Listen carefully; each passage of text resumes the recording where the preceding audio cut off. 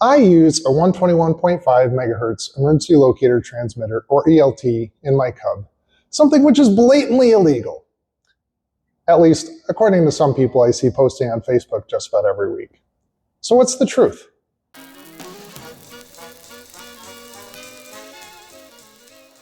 Before we get into the weeds here, let's cover the basics. What is an ELT? What does it do? And what are the differences between a 121.5 MHz ELT and a 406 MHz ELT?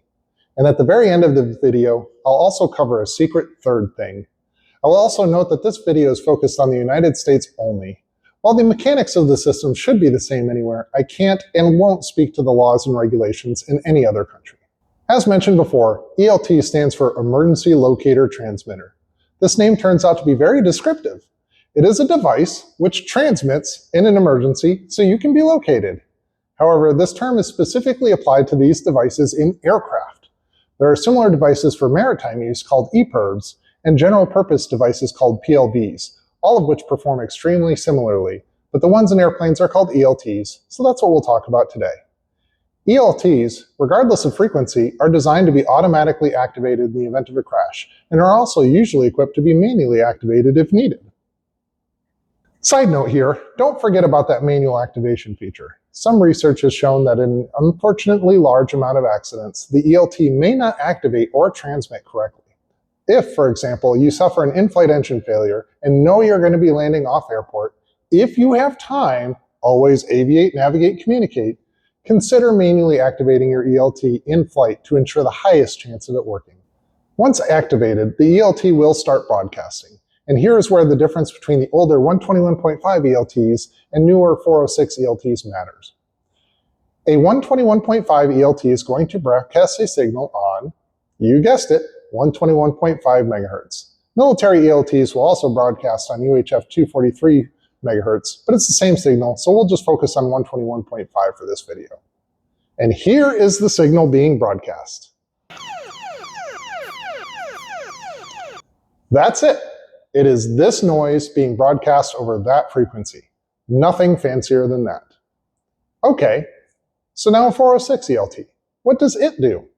Well, for starters, it's going to broadcast a signal on 121.5 MHz. And here's the signal it's going to broadcast. Sounds familiar, doesn't it?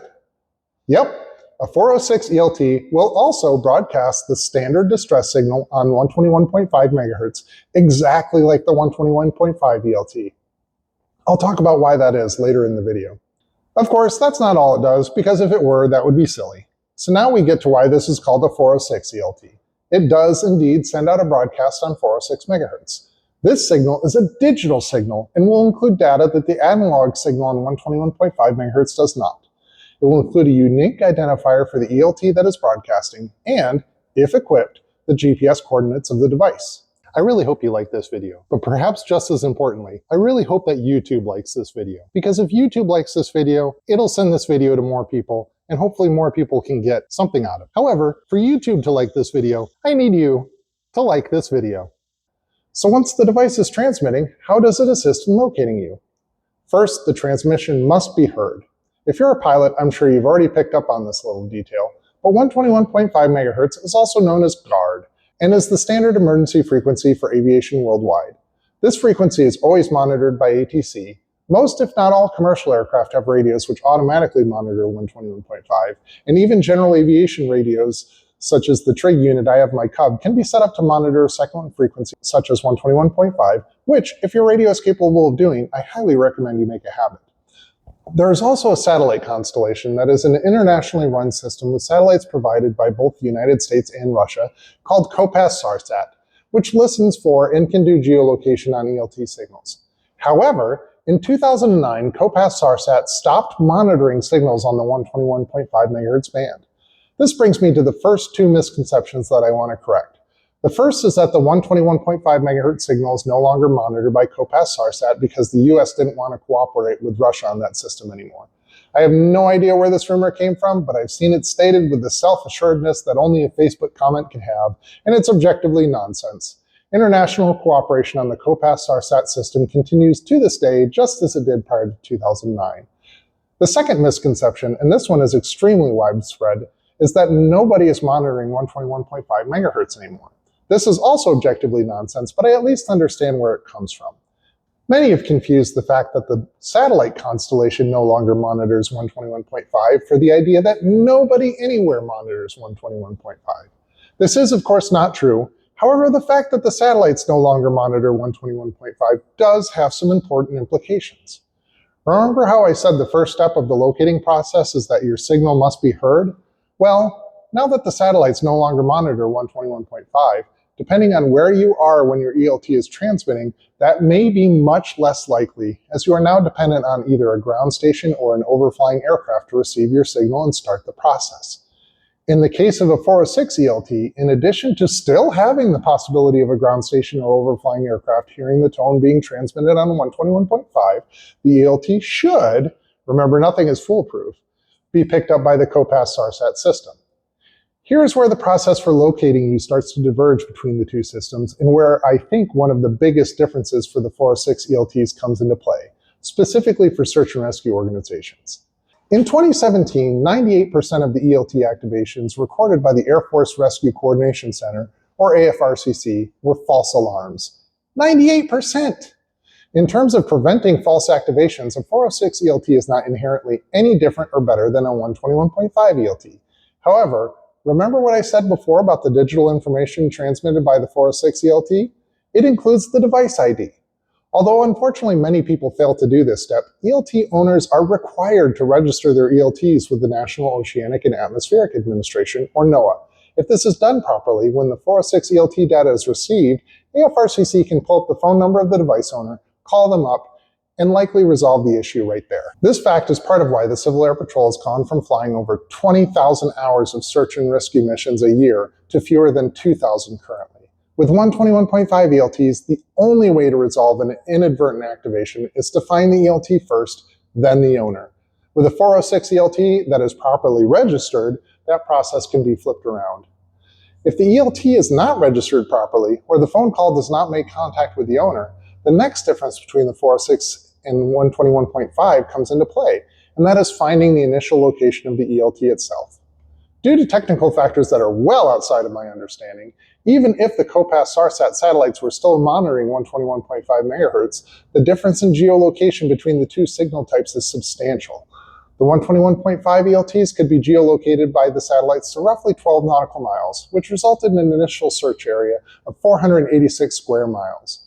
406 ELTs, on the other hand, can be geolocated to about 1.8 nautical miles, with an initial search area of just 10.8 square miles. But it can get even better. If the 406 ELT is equipped with a properly functioning GPS receiver, and some units can even receive this directly from the aircraft navigation systems, then this position will give a search and rescue crews an initial position that is accurate to 110 yards, with an initial search area of only 8 acres. Conversely, now that the COPASS-SARSAT system does not listen to 121.5, the numbers get even worse for an initial location for a 121.5 ELT. Instead of being geolocated by a satellite doing fancy math, the initial geolocation is a pilot or ATC controller going, I hear an ELT in roughly this area. There's no good way to assign numbers to this, but if we could, they would be large numbers. Very large. This highlights the second major advantage of a 406 ELT. If the activation is a real emergency, the likelihood of being found quickly is much higher. Again, looking at previous Civil Air Patrol experience, aircraft searches that would take multiple days, even weeks, were not uncommon. Now, they are nearly always resolved within a day. I should note, though, that this is not solely due to the 406 ELTs. There are other factors at play, such as the Civil Air Patrol's radar and cell phones forensics teams, which are amazing capabilities in themselves, but outside the scope of this video. Now, once the ELT has been heard and an initial location has been established, you might be surprised to learn that here the process for both 406 and 121.5 ELTs converges again. This is because the 121.5 MHz beacon signal that both types transmit is what will be used for the final direction finding, or DF, by search and rescue crews. There's actually a pretty neat DF simulator I found online that lets you play around with how this works. I'll post a link in the description. So, that is how ELTs work. So now for the big question. Is mine actually illegal? Of course not. If it were, I certainly wouldn't be posting a YouTube video showing off my illicit safety equipment. So where did this rumor start? In the United States, the manufacture and sale of new 121.5 MHz ELTs was prohibited in 2018, effective in 2019. So, since the beginning of 2019, you cannot build or buy a new 121.5 MHz ELT. However, existing ELTs are able to continue to be used with no sunset date currently in place. They may be serviced, batteries can be replaced. There's absolutely no rule in place in the United States which prohibits their use. And many people do choose to continue to use them because while 406 ELTs are objectively better in every way when it comes to search and rescue, they do have a couple of drawbacks. Firstly, price. The cheapest new 406 ELT I tracked down in my searches still came in at around $800 without an antenna, which would be required. Most general aviation 406 ELTs are clocking in at around $1,000 to $1,500, and that's just for the device, not including the cost to have it installed. Second, these units tend to be bulkier than some of these old 121.5 ELTs like I have, costing a few pounds of useful load.